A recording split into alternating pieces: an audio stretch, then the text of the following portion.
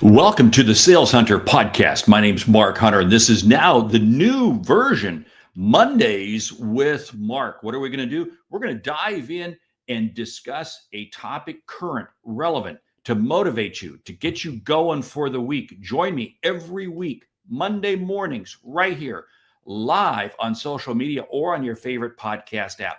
Why am I talking? Let's get the show going right now. You're listening to the Sales Hunter podcast with Mark Hunter, where the focus is to help you as a sales leader sell with confidence and integrity. And now here's your host. It's the start of the second half of the year. That's what we're talking about right now. But before, I got to do a quick commercial to, hey, pay the bills, right? Hey, everyone, before we jump into today's content, I want to give you a quick shout out to a service I personally use. And I highly recommend PR Boost. If you're a business owner, startup founder, or even a freelancer trying to build trust and credibility, getting featured in major news outlets can make a massive difference. And that's exactly what PR Boost does. They've helped me get published in recognized media sites. I'm talking Yahoo Business, Finance, Insider, AP News, and many more. I don't have to chase journalists or write cold emails. PR Boost handled it all from writing the article to getting it placed. Super simple, fast, and way more affordable than you think. Plus, they give you a badge, a Seen On badge that you can put right on your website. That alone boosts your authority and conversation rates almost immediately. And here's the best part. For a limited time, you can get an extra 10% off your first PR package when you go to prboost.io. Use my code MARK at checkout. And again, that's promo code MARK for 10% off. So if you're ready to take your brand credibility to the next level, check out PR Boost. I've done it and it works. Okay, back to the episode. What are we talking about right now? We're talking about the start of the second half of the year. Guess what, folks? The score is 0-0. That's right. It's 0-0. I don't care how good of a first half you had. I don't care how bad of a first half you had. The score right now is 0-0. Why do I say this? It's because we start with a clean slate. Here's the deal. I want you right now to begin taking a deep assessment of the activities that you did in the first half. I want to get very serious here, and I want you to think back, because I hope you've read the book Atomic Habits by James Clear. James Clear writes in his book Atomic Habits the importance of habits and the importance of stacking them. Now, let's get into this a little bit more, though, because here's the deal. It's easy for us to get really caught up and really think that it's all about making our number. And it is all about making our number.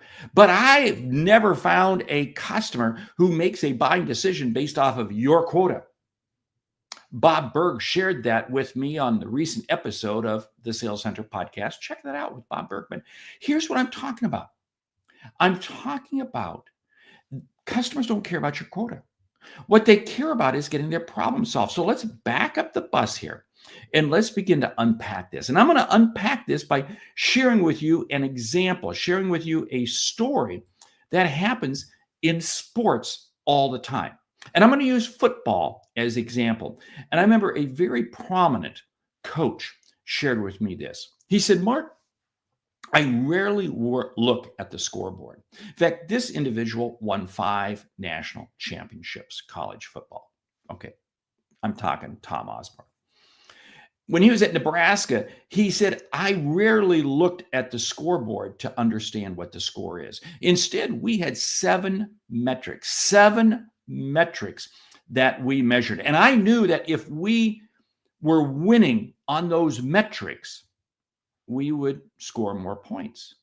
You see, what happens is we get so fixated on the points, on closing the deals, that we fail to realize it's the plays we run on the field.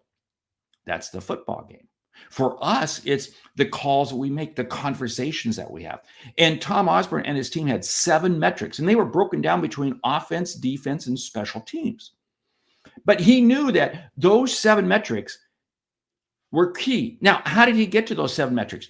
Because they broke apart every element of what they do on the football field. Every element. And they ultimately came down to 7 metrics that mattered. Now, the 7 metrics that mattered, they had to work on in the weight room, on the practice field. They had to work on and same thing with you in sales. I want you to stop and I want you to think about this for a moment. What are the pieces that you're doing? And hey, Alan Hall is jumping in. He's saying, go Mark. And he's saying, go Big Red. Of course, always do. And hey, if you're checking this live, jump in. Love to have comments pop up. We'll pop them up on the screen as they appear. So here's the situation. What are your metrics? Now, typical salesperson. We're making emails, or we're sending emails, we're having phone calls, we're having conversations, we're sending proposals, et cetera, et cetera. I do the same thing in my job. And I know that there's a whole series of things that I have to do in order to close a sale.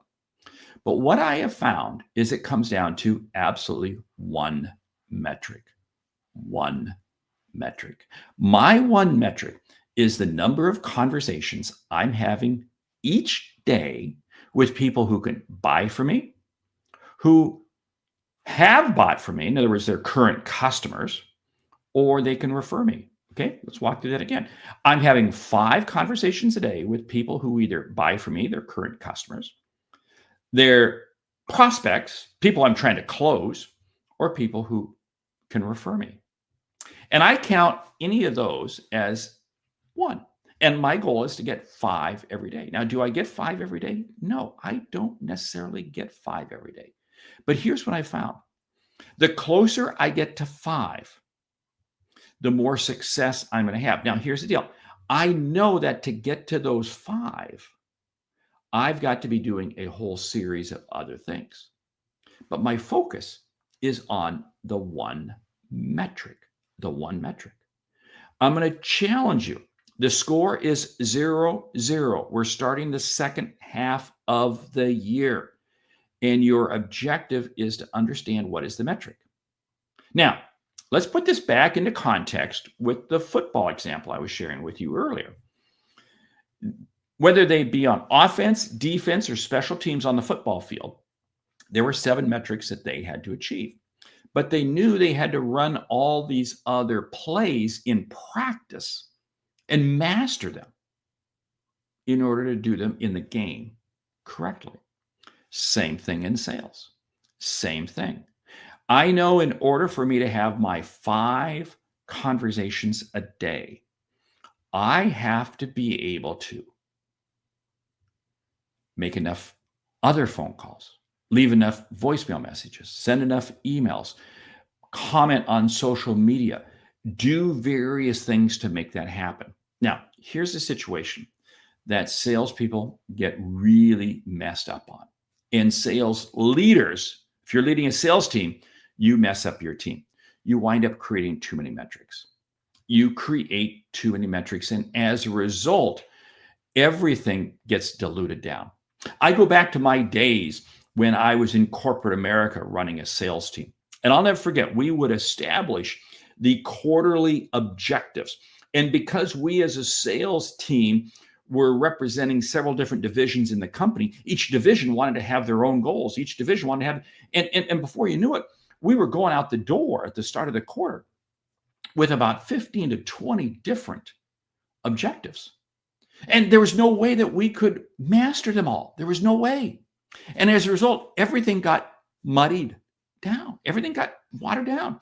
We had to then break them down and say, okay, we're going to do these. They're going to be major and minor. These are going to be the major objectives, and these are going to be the minor objectives. We had to keep breaking them up.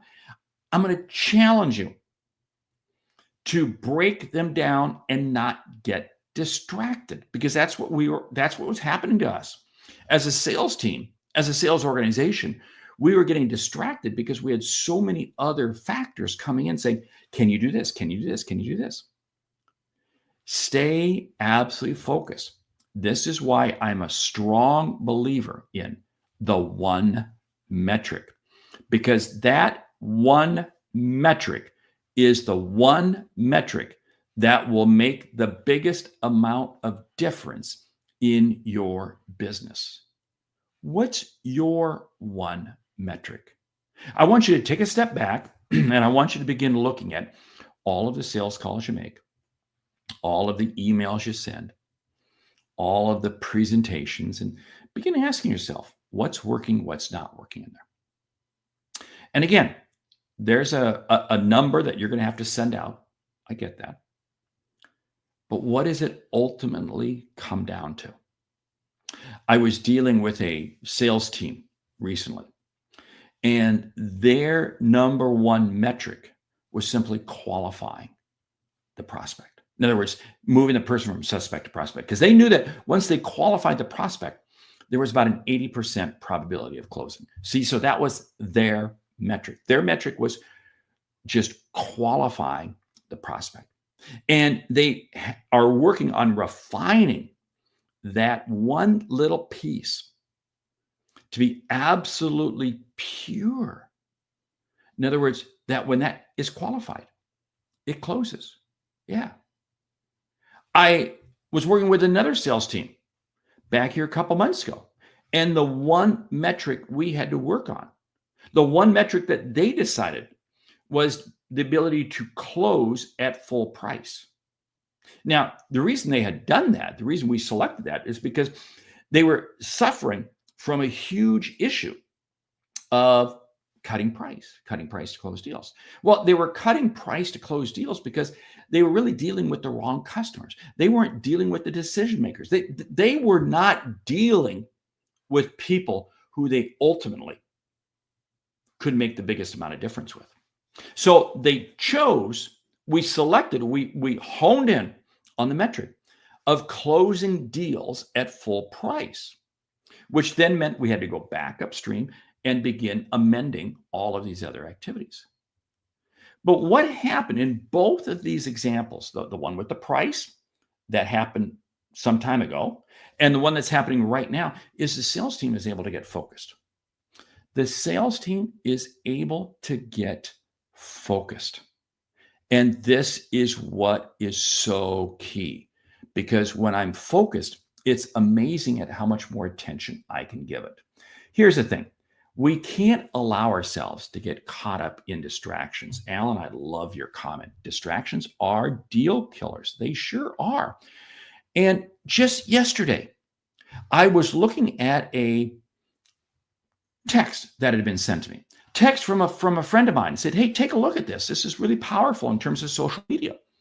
So I followed the rabbit trail, took me to a LinkedIn post, and suddenly began to realize that, whoa, this person has got a tremendous amount of followers. And I began to get a little envious. I mean, I've got a lot of followers, but this person had a lot more followers than me. And I began to say, whoa, wow, there's a concern I've got. And you're right, it is a concern. But here's the deal. I can't allow it to distract me. Andy Greenberg is jumping in. He's in Germany right now. He says, my metric was how soon each of my team members will be over sales margin and profit goal. Right. It's being very tightly focused. That's what is so key. You see, here's the thing. We muddy the water when we try to do too many things at one time. Our whole goal is to just get tight. Because when we get tight, then we can create more focus. If you look at any person who is incredibly successful at whatever they do, you will see a level of focus. This is what James Clear in his book, Atomic Habits, talks about so much. And I can't stress that enough. So as we start the second half of the year, here's my challenge. I want you to push everything else aside and focus in on the metric. Now, the metric that you're measuring, and let's take a look at my 5 conversations today. I did not start out with 5. I started out with 2. I started out with 2 conversations a day. Then I began to realize that I could achieve that, and I went to 3. I went to 4, and I went to 5. There have been times when I've said, maybe I could increase that to 6 or 7. But then I run into problems and I back off. You see, my objective is I want to have a metric that I know I can achieve about 80% of my time. Let me give you Another quick example. About 10 years ago, I made a commitment to get back into the gym. And when I got back into the gym to get in shape, it was hard doing weights. It was hard. It was absolutely hard. This morning, as I was doing my workout, I couldn't help but think back to 10 years ago and the weights and the reps that I was not able to do 10 years ago, I'm able to do now with ease. You see, why? Because it was the repetition. It's been the repetition of 10 years. Now, I'm not sitting there saying, oh, Mark, this is going to take me 10 years to do this. No, what I find is amazing at how when you do a small activity regularly, you will achieve significant results. The biggest challenge salespeople have is they try to divide themselves and be a master of 10, 12, 14 different things. Okay, let me put a disclaimer on this, because the disclaimer I'm going to put on this is, you're right, there are a lot of other things. And that's where time blocking comes into play. Absolute time blocking. If you look at my calendar today, you will see that my calendar is absolutely filled and it's time blocked for different activities, different things. But in my calendar today are spaces where I'm going to have those 5 conversations. You see, yes, I've got other things I've got to worry about. I've got other things I've got to deal with. But within that, I block time for those 5 things. 2 things I want to leave you with. 1, it's the start of the new quarter, start of the new half. Love it. Love it. And what I want you to do is I want you to find out one metric, break apart all of your processes, break apart all of your processes and find out one thing and get excited about it. Get excited about it. Set the number low. Set the number low so you can achieve it. Because I'll tell you what, success creates success. Momentum creates momentum. Motivation creates motivation. Firmly believe in this. You may be struggling right now, and I want you to then just say, you know what? It's going to be 1 call. That's it. 1 call or 2 calls, whatever it might be. I'm going to send out 1 email. I don't care. And then pat yourself on the back. Congratulations. And say, now I can do 2. Now I can do 3. And you increase yourself. We're all going to have an incredible second half of the year because we're tightly focused. We're tightly focused on our metric. Okay, let me give you a little bit of a peek under the tent as to what we're doing. This is the new format we're going with. Still 2 episodes a week of the Sales Hunter podcast. The deep dive with a subject matter expert, like you get every Wednesday. But this one here is done live on social media, and it comes out 2 weeks later on podcast format. That's why if you're catching this live, you're going to sit there and say, hey, Mark, you're talking about the second half of the year and it's still a couple of weeks away. You're right. Because again, this will come out 2 weeks from now. Hey, Jim Duffy jumps in with a question. What technology do you use to measure your KPIs for consistent measurement? You know what? The technology I use is very simple. It is my CRM system. I am married to my CRM system. The question I ask salespeople all the time who are calling me up, I'm having calls with them, talking to them, I'm struggling. I said, is your CRM system open right now on your computer? It is amazing the number of salespeople. So I use my CRM system to measure all of my KPIs. And my KPIs, very simply this, 5 conversations a day. What are some of my other metrics I have? Sure, I have other metrics in terms of emails that we're sending out, in terms of who's on our email list, et cetera, et cetera. But that's all secondary. It's all secondary. Keep your focus on the focus. And you, hey, Alan, thank you so much. Love the new format. Get fired up for the week. Every Monday morning, this is going to be coming to you on social media. I'm excited for the week. In fact, let me end with this. I wake up Monday mornings excited because it's the best day of the week, because I've got the whole week out ahead of me. Hey, I'm Mark Hunter, the Sales Hunter. You've been listening to the Sales Hunter podcast, 2 episodes a week, one like this, and the second one where you do a deep dive. Do me a favor. If you like the new format, leave me a review on your favorite podcast app. Pop me a note. Send me a message on LinkedIn, YouTube, however you want to. My goal is one thing, to help you see and achieve what you didn't think was possible. I'm Mark Hunter, the Sales Hunter. Great selling.